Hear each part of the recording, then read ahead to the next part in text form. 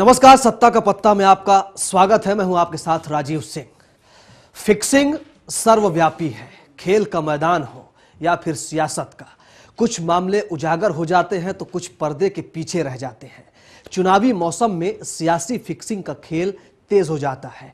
कोई आपसी हिसाब चुकता करने के लिए विरोधियों के साथ फिक्सिंग करता है तो कोई किसी को निपटाने के लिए। इसीलिए सियासत में फिक्सिंग का कारोबार बदस्तूर जारी रहता है।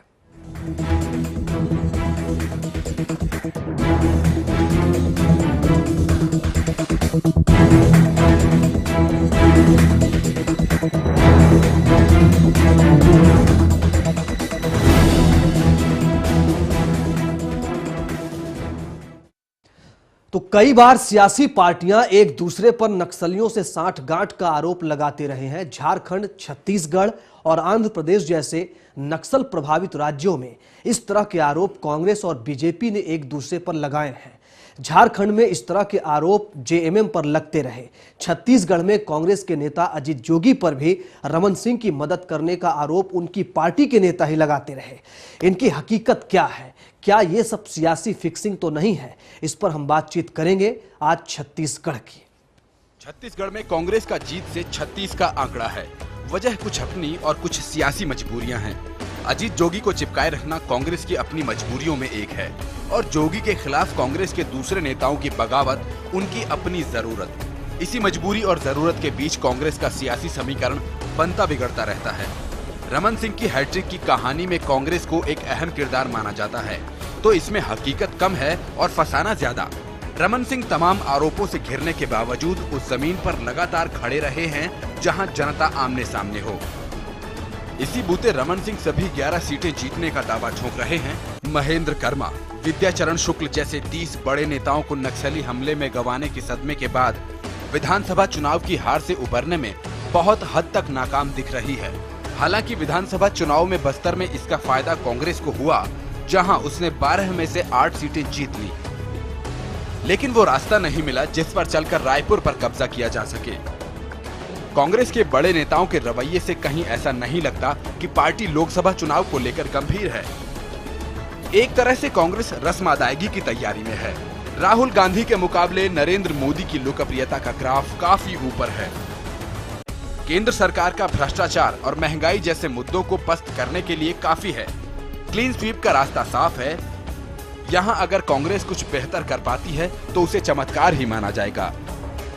लेकिन सबको मालूम है कि इस दफे नरेंद्र मोदी चमत्कार करने को बेताब हैं। राज्य में विकास का क्रेडिट मुख्यमंत्री रमन सिंह और उनकी योजनाओं को जाता है। महिलाओं के लिए राज्य की योजनाएं, विशेषकर फूड सेफ्टी कानून के अंतर्गत परिवार की महिला मुखिया के नाम पर ही राशन देने की बात है। कांग्रेस यदि माइंस के घोटालों के मुद्दे उठाती भी है तो रमन सरकार ये कहकर साफ बच निकलती है, हम तो बस सिफारिश करते हैं, फाइनल तो केंद्र सरकार ही करती है और क्लियरेंस भी केंद्र सरकार ही देती है। जोगी के शासनकाल की चर्चा अहम भूमिका थी। अल्पसंख्यक कांग्रेस के साथ थे और अब भी हैं। जोगी की सक्रिय राजनीति में 1 वर्ष तक संन्यास की घोषणा और फिर चुनाव मैदान में उतरने से पार्टी के विरोधी नेता सदमे में हैं। महंत अपनी सीट सुरक्षित करने के लिए जोगी का चक्कर लगा रहे हैं। आम आदमी पार्टी ने सभी 11 लोकसभा सीटों पर यहां उम्मीदवार उतारने की घोषणा कर दी है। आम आदमी पार्टी ने छत्तीसगढ़ में 2,30,000 मेंबर बनाने का दावा किया था, लेकिन जिस तरह से उसके दावों की पोल फर्रुखाबाद के उम्मीदवार ने खोली, उससे आम आदमी पार्टी के दावों और हकीकत का अंदाजा लगाया जा सकता है।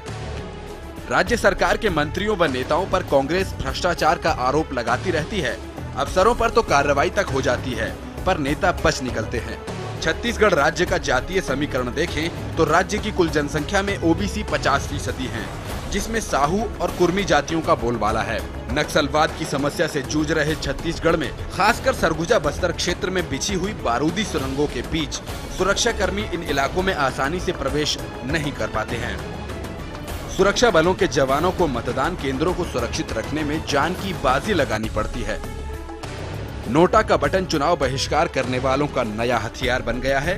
विधानसभा चुनाव के दौरान नक्सलियों ने नोटा का इस्तेमाल जमकर करवाया, इसलिए नोटा का सबसे ज्यादा इस्तेमाल छत्तीसगढ़ में हुआ। छत्तीसगढ़ में सोनी सोरी के सहारे आम आदमी पार्टी अपनी पहचान बनाने का प्रयास कर रही है। मोदी की हवा चारों तरफ बह रही है। कांग्रेस को तूफान की आशंका है। मोदी के लिए मैदान एक तरह से खाली है और रमन सिंह के चेहरे पर मुस्कान है। स्पेशल डेस्क के साथ दीपिका सिंह, चैनल 1 न्यूज। जी, तो आज छत्तीसगढ़ की बात कर रहे हैं हम सत्ता के पत्ता में। छत्तीसगढ़ में 11 सीटें हैं और ज्यादातर सीटों की तस्वीरें अभी तक फिलहाल साफ हैं। अगर कुछ बड़ा परिवर्तन नहीं होता है तो क्या कुछ लेकिन हो सकता है, इस पर बातचीत करने के लिए हमारे साथ कांग्रेस प्रवक्ता प्रणव झा जी हैं, हमारे political editor Manoj Verma, group editor channel 1 के राजीव रंजन नाग जी मौजूद हैं बातचीत करने के लिए। शुरुआत प्रणव जी आपसे करूंगा। छत्तीसगढ़ में कांग्रेस कहां अपने आप को पा रही है? अभी सिर्फ एक सीट आपके पास है। मैं सबसे पहले ये बात बताना चाहूँगा कि कांग्रेस को जो सबसे भारी नुकसान हुआ है नक्सलवाद से जी, वो फिलहाल हाल के दिनों में वो छत्तीसगढ़ में हुआ है। पूरी हमारी फ्रंट की लीडरशिप खत्म हो गई और दुर्भाग्य इस बात का है कि 10 साल से वहाँ रमन सिंह की सरकार है। अभी 3-4 दिन पहले मैं एक डिबेट में था और वहाँ भाजपा से उनके नेता तरुण विजय जी थे। उन्होंने कहा कि हमारा जो मैनिफेस्टो है उसमें हम ये प्रयत्न कर रहे हैं कि सुरक्षा कर्मियों को ये पूरी छूट दी जाएगी कि माओवादियों के विरोध में वो जो चाहे वो कर सकते हैं। तो समस्या का जो आधार है वो कहीं ना कहीं यही है कि माओवाद का प्रचार छत्तीसगढ़ में इतना ज्यादा क्यों है। 2007 का एक रिपोर्ट था। चुनाव के नजरिए से बताइए कांग्रेस कहां खड़ी है? 11 सीटें छत्तीसगढ़ की हैं। आप सिर्फ कोरबा में अभी हैं। चरणदास महंत को छोड़ दीजिए, आप किसी सीट पर मुकाबला नहीं दे पाए। इस बार अजीत जोगी भी मैदान में है। क्या कांग्रेस कुछ उम्मीद कर रही है या फिर जान रही है कि सब कुछ एक तरफा है? मैं उसी परिप्रेक्ष्य में कह रहा हूं कि इस बारी कांग्रेस का जो है परफॉर्मेंस वो बहुत अच्छा होगा। और यही आपने देखा कि 2-4 सीटों का अंतर रहा विधानसभा में भी परिणाम में, और जो वोटों का जो मत का अंतर है वो भी इसी तरह का रहा। और मैं वो कारण बता रहा था कि ये जब तक नक्सलवाद को समाप्त नहीं किया जाएगा, और मैं नहीं कह रहा, ये बात केपीएस गिल ने 2007 में कहा कि जो जिले हैं उसमें 12%। लेकिन कांग्रेस किन मुद्दों के सहारे जा रही जनता के बीच? कांग्रेस का मुद्दा विकास है जो वहां रुका हुआ है पिछले 10 साल से। जो करप्शन है वहां, जो एक आंकड़ा है कि जो बीपीएल जितने लोगों को दिया जाता है, वहां जितने परिवार हैं छत्तीसगढ़ में उससे ज्यादा संख्या में लोगों को बीपीएल कार्ड बना हुआ है। दिक्कत और है आपकी, आप शायद बताना नहीं चाह रहे हैं। पॉलिटिकल एडिटर मनोज वर्मा हमारे साथ है। मनोज जी, क्या लगता है, क्या तस्वीरें छत्तीसगढ़ की है? देखिए, छत्तीसगढ़ में मुझे लगता है कि इस बार भी कांटे का मुकाबला होगा। जैसा अभी कांग्रेस का प्रतिनिधि कह रहे थे कि 2-3% वोटों से ही वहां पर हार जीत होती है। पिछले विधानसभा चुनाव में भी ऐसे हुआ था कि 2-3% से बीजेपी वहां जीती थी। इस बार भी ऐसा हुआ कि 2-3% के अंतर से ही बीजेपी आगे निकल गई। जहां तक बात आरोप की है कि भ्रष्टाचार के आरोप हैं, नक्सलवाद है, एक बात माननी पड़ेगी, लगातार अगर तीसरी बार रमन सिंह के नेतृत्व में वहां भारतीय जनता पार्टी जीत रही है तो उसका श्रेय भारतीय जनता पार्टी और उसके नेतृत्व को देना पड़ेगा। जो असल में कलह का कारण वहां पर क्या है, कांग्रेस कलह का कारण है। अजीत जोगी और वर्सेस चरणदास महंत, ये किसी से छुपी हुई नहीं है कि छत्तीसगढ़ के कांग्रेसी नेताओं में जो कलह मची हुई है उसके कारण कांग्रेस को खासा नुकसान उठाना पड़ता है। इसके अलावा वहां पर छोटे छोटे ग्रुप हैं जो करीब 10% वोट लेते हैं। इसमें बसपा है, इसमें एनसीपी है। अब एनसीपी का कोई बड़ा नेता वहां नहीं रहा बीसी शुक्ला जी के जाने के बाद। दूसरा, कर्मा जी तो अब नहीं है ना, वो कर्मा तो कांग्रेस के नेता थे। इसी प्रकार लेफ्ट के लोग हैं, वो 1-2 सीटों को प्रभावित करते हैं। कुछ सीटें नक्सलवाद, उसमें गोंडवाना पार्टी है, वो 1-2 सीटें प्रभावित करती है। ये 10% जो वोट होता है ये भी बड़ी महत्वपूर्ण भूमिका छत्तीसगढ़ में निभाता है। राजीव जी, आप किस तरह से देख रहे हैं? जब 11 सीटों की लड़ाई है, कांग्रेस जान रही है अभी जो है 10 सीटों पर बीजेपी का कब्जा है, क्या उम्मीद कांग्रेस कुछ करे या फिर क्या इस बार वाकई कुछ फेरबदल हो सकता है? देखिए, छत्तीसगढ़ की पॉलिटिक्स थोड़ा सा डिफरेंट है दूसरे राज्यों की तुलना में जी। अजीत जोगी जब तक वहां पर रहेंगे कांग्रेस के लीडरशिप में, तब तक बीजेपी को सत्ता में आने से कोई रोक नहीं सकता। और अजीत जोगी वहाँ एक विवादास्पद व्यक्तित्व हैं जिनके खिलाफ काफ़ी गुस्सा है, लेकिन चूंकि वो राज्य के गठन के बाद पहले मुख्यमंत्री बने, लिहाजा और जिस कास्ट से आते हैं, जिस कम्युनिटी से आते हैं, उस कम्युनिटी का दबदबा है स्टेट में, शेड्यूल्ड ट्राइब्स का, लिहाजा उनका वहाँ दबदबा बना हुआ है। मैं ये कह रहा हूँ कि बीजेपी रमन सिंह के लिए वहाँ जो बड़ी समस्या है वो नक्सलवाद की, और जो प्रणव झा कह रहे थे, तो उनका कहना यही था कि नक्सलवाद के परिप्रेक्ष्य में जब चुनाव हो रहे हैं तो एक बड़ा मुद्दा है जिसको जिसको जिसको बीजेपी एक्सप्लॉइट करना चाहेगी, ये कांग्रेस भी। लेकिन सवाल वो नहीं है, सवाल ये है कि नक्सली भी बीजेपी रेजिम में अपने को काफी सेफ महसूस करते हैं, और यही कारण है कि यूपीए 1 ने जब 76 सीआरपी के लोग मारे गए तो यूपीए 1 की गवर्नमेंट वहां स्ट्राइक करना चाहती थी, एयर स्ट्राइक, लेकिन उसको लेफ्ट पार्टी जो उसको सपोर्ट कर रही थी उसने ऐसा करने से मना किया, क्योंकि उसको हम वामपंथ उग्रवाद कहते हैं, वो बेसिकली वो लेफ्टिस्ट उग्रवाद की बात हम करते हैं। तो लिहाजा वहां की समस्या बड़ी है जो अंतर्राष्ट्रीय पैमाने पर उसको आंका जाता है, लेकिन महत्वपूर्ण यह है कि वहां की जो दलित और आदिवासी हैं वो हमेशा छले जाते हैं और दोनों पार्टियां छलती हैं। जी, लेकिन जिस हमले की आप बात कर रहे हैं, प्रणव जी कर रहे हैं, जो दरबा घाटी में हुआ, जिन बड़े नेताओं के मारे जाने की बात आप कर रहे हैं, क्या कांग्रेस में ऐसा क्या रहा कि इतनी बड़ी घटना के बाद भी वो सिंपैथी वोट भी कांग्रेस के साथ नहीं गई? विधानसभा चुनाव में भी सरकार आप नहीं बना पाए, तो अब क्या लोकसभा चुनाव में किस चीज के सहारे कांग्रेस उम्मीद करती होगी? राजीव जी। निश्चित तौर पे अगर हम बात करते हैं सिंपैथी वेव की, तो उसके इन हत्याओं की, जिसमें करीब 36 लोग जख्मी हुए, मारे गए, उसमें फर्स्ट लाइनर जो नेता थे स्टेट के वो सारे मारे गए, और उसका असर यह हुआ कि सहानुभूति, चूंकि वो उसके बाद 4-5 महीने बाद चुनाव हुए, तो उसका असर यह हो कि सहानुभूति का जो पैमाना था वो खत्म हो गया, और कांग्रेस को लगता है कि उनके परिवार को टिकट देके हो सकता है कि उसका लाभ हमें मिले, लिहाजा महेंद्र कर्मा के बेटे को भी टिकट दिया गया है। प्रणव जी क्या लगता है, अजीत जोगी दिक्कत है वास्तव में कांग्रेस के लिए? बिल्कुल, ये बोझ है पार्टी के लिए। चरणदास महंत बनाम अजीत को ललकारते हैं, पढ़े लिखे लोग हैं, बुद्धिजीवी हैं, मैं आपसे ऐसी अपेक्षा नहीं करता। इसीलिए सवाल ये हमारे बगल में बैठे थे थोड़ी देर पहले भाजपा के जो प्रतिनिधि, उनसे तो मैं ये अपेक्षा कर सकता था। देखिए, क्या हर पार्टी में एक व्यक्ति है, वो उसका महत्व होता है, और उसका महत्व सबसे ज्यादा तब होता है जब उससे वो अपने साथ कुछ वोट कैरी करता है, जब उसके साथ जनप्रतिनिधित्व होता है, जब उसके साथ लोग। मुझे बात पूरी कर ले, मुझे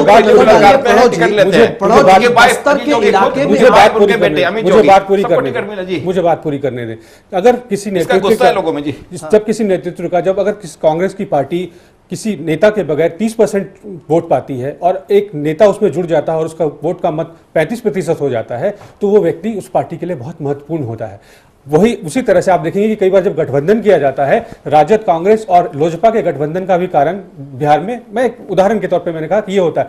तो किसी पार्टी में अगर किसी व्यक्ति का महत्व होता है, जिस पार्टी में जिसका व्यक्ति का जनाधार जितना ज्यादा होता है उतना उसका महत्व होता है। प्रणव जी, उस जनाधार को जमीनी तौर पर अगर तौले तो बस्तर में आप कहीं नहीं है, महासमुंद के इलाके में आप कहीं नहीं है, सरगुजा की तरफ चले जाइए, पता नहीं आपके कहने का आधार क्या है। कोरबा से चरणदास महंत आते हैं, 12 में से 8 सीटें बस्तर में जीते हैं और आप कह रहे हैं कि कहीं नहीं है। सरकार नहीं बना पाए आप, वोट प्रतिशत बढ़ जाने से सरकार ना बनाने का जख्म तो उसकी भरपाई नहीं होती। सरकार अगर 45 के नंबर पे सरकार बनता है, छत्तीसगढ़ में 45 नहीं 46 के नंबर पे बनेगा, और अगर कांग्रेस को 44 सीटें आती हैं तब भी सरकार नहीं बनती, तो क्या आपका आरोप सही है? मार्जिन जो बहुत ज्यादा नहीं होती नहीं, तो फिर आप अपनी बात वापस लें। ऐसा आरोप ना लगाएं कि आप कहां हैं, कोई आधार नहीं। 1 सीट का फर्क है, 2 सीट का फर्क है, 3 सीट का फर्क है। कितनी सीट का फर्क है? आप बस्तर में बताइए कितनी सीट कह रहे हैं कि आपके पार्टी के फर्स्ट लाइनर्स लोग मार दिए गए, कोई सहानुभूति नहीं उपजी कांग्रेस के प्रति। बड़ा दुख का बात, बड़ी दुखी। मैं चाहता भी नहीं कि कोई सहानुभूति हो। कर लीजिएगा, आप कर चुके हैं, मैं सिर्फ ये कह रहा हूं। नहीं, मैं कह रहा था कि नहीं, सहानुभूति नहीं है कि उसका परिणाम दिखना चाहिए था इस चुनाव में, लेकिन आपकी जितनी सीटें मिली हैं वो एक माने आपकी पार्टी का भी खुद का आकलन नहीं रहा होगा, कितनी बुरी स्थिति होगी राज्य में। इतनी बुरी स्थिति नहीं है, पता नहीं कितने। अभी राजीव जी खुद बता रहे थे, मनोज जी बता रहे थे कि मतों का जो अंतर है वो बहुत ज्यादा नहीं है, मेरे ख्याल 2% का मत है, और सीटों की संख्या 3 है। तो ये जो आधार आप जो आरोप लगा रहे हैं वो आधार विहीन है। तो आरोप सर मैं कोई गलत नहीं लगा रहा हूं। 11 में 10 सीटें बीजेपी के पास है। नहीं, बताइए आपका आधार कहां है? अभी मैं नहीं, आप बताइए कहां आधार है आपका? 15 नहीं, 10 सीटें बीजेपी के पास है, तस्वीरें साफ है। प्रणव जी कैसी बात कर रहे हैं आप? कोरबा में चरणदास महंत है, उसके अलावा कहीं आप एक ही बात को दोहराए जा रहे हैं। मैं समझ गया आपकी बात, मैं लोकसभा की बात नहीं कर रहा। मेरा सवाल सुनिए, हो गया, मैं आपको जवाब दे रहा हूं। मेरा सवाल सुनिए। नहीं, आप मेरा सवाल नहीं, मेरा सवाल सुनिए। आपका सवाल अभी भी वही है, आपसे सवाल पूछे जा रहे हैं, जवाब नहीं सुन रहे हैं। तानाशाही का हमेशा आरोप लगता रहा। आप सवाल पूछे जा रहे हैं, आप 2009 में मैं फिर वहीं से उत्तर दूंगा जहां से आप मुझे रोक रहे हैं। इस बार आपने अजीत जोगी को फिर से टिकट दिया है क्या?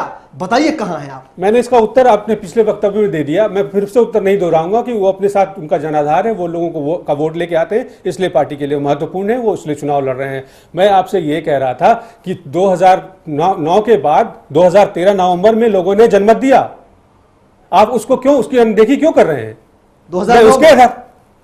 मैं उसके आधार पर अपने आंकड़ों को कह रहा हूं। हम कर रहे हैं छत्तीसगढ़ मैं विधानसभा की चुनाव की बात कर रहा हूं 2013 की, और उसके आंकड़े में दे रहा हूं कि अभी हमारे मतों का अंतर जो है बहुत कम है। वो तो जस्ट एक रेफरेंस था, लेकिन अभी हम लोकसभा चुनाव की बात कर रहे हैं जहां 11 में 10 सीटें बीजेपी के पास है। लोकसभा का फर्क अभी लोगों ने मत दिया है। छोटा सा ब्रेक कह रहा हूं, ब्रेक के बाद चलेंगे। मनोज वर्मा जी हमारे साथ हैं, पॉलिटिकल एडिटर, क्या कुछ कह रहे हैं वो, एक छोटा सा ब्रेक लेंगे।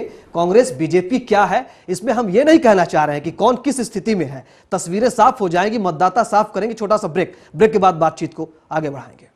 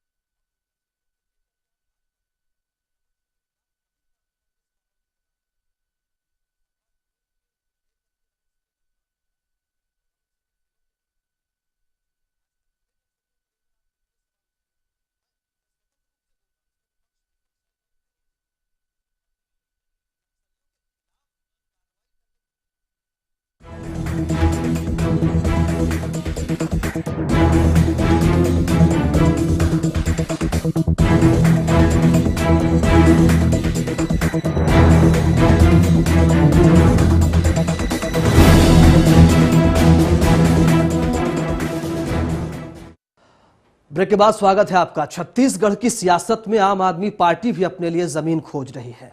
कांग्रेस और बीजेपी के बीच की जमीन में क्या ऐसा कर पाने में केजरीवाल की पार्टी सफल हो पाएगी? अगर हो पाएगी तो उसकी कीमत कौन चुकाएगा, कांग्रेस या बीजेपी? इस तरह के और भी कई सवाल हैं जिस पर हम चर्चा करेंगे। देखिए रिपोर्ट।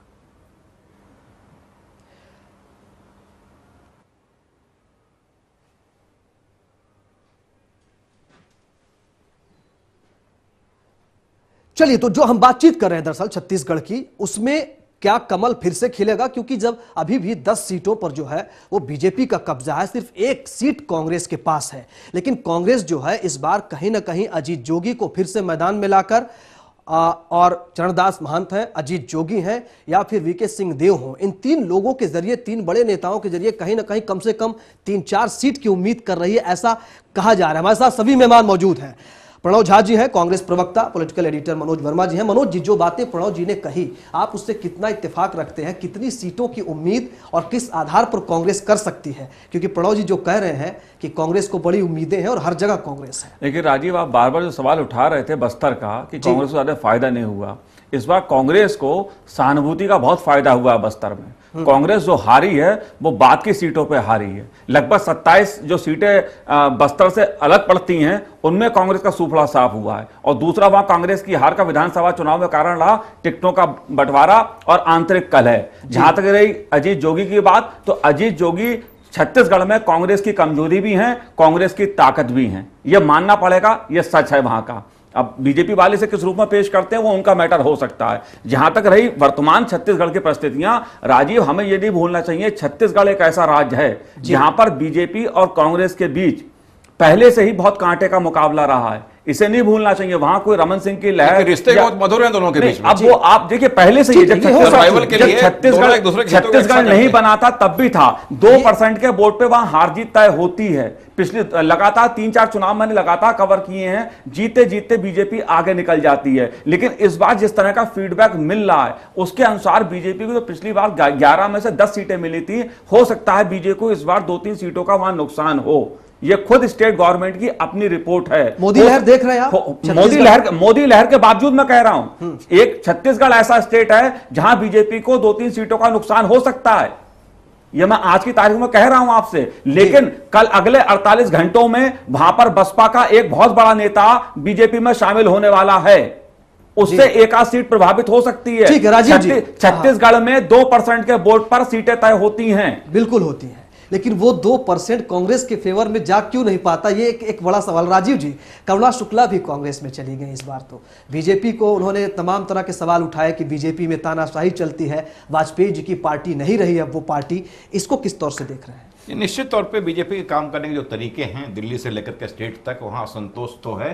लिहाजा करुणा शुक्ला सरीखी महिला जो अटल बिहारी वाजपेयी की भांजी हैं, उनको तौबा करके पार्टी छोड़नी पड़ी और कांग्रेस में चली गई। और इसका भी फायदा कांग्रेस को मिलता दिख रहा है, क्योंकि मनोज वर्मा की ही अगर बात मानते हैं तो मुझे लगता है कि कांग्रेस इस दफ़ा कंटेस्ट में है वहाँ, और कांग्रेस को शायद पहले से अधिक सीट मिल सकेगी। और उसका आकलन ये है कि एक एंटी इनकम्बेंसी भी है वहाँ, जो स्टेट का जो सत्ता विरोधी रुझान है, उसका भी फायदा कांग्रेस को मिलता दिखता है। लेकिन सवाल ये है कि रमन सिंह खुद भी आज के तारीख में कहने की स्थिति में नहीं है कि सत्ता में आने के बाद वो राज्य में पूरी सीटें बीजेपी को। जी, रमन सिंह कह रहे हैं पूरी 11 सीटें इस बार जीतेंगे। मनोज जी कुछ कहना चाहते हैं? नक्सलवाद इसलिए मुद्दा राजीव नहीं बन पाता है। ठीक है, आप स्टेट गवर्नमेंट को दोष दे सकते हैं, लेकिन पिछले 7-8 साल में अगर हम देखें जो केंद्र के स्तर पर हुआ, नक्सलवाद एक तो राष्ट्रीय समस्या, केवल छत्तीसगढ़ में नहीं है, देश के दूसरे राज्यों में भी है। और ग्रीन हंट के नाम पर जो राजनीति यूपीए सरकार में चिदम्बरम और जयराम रमेश के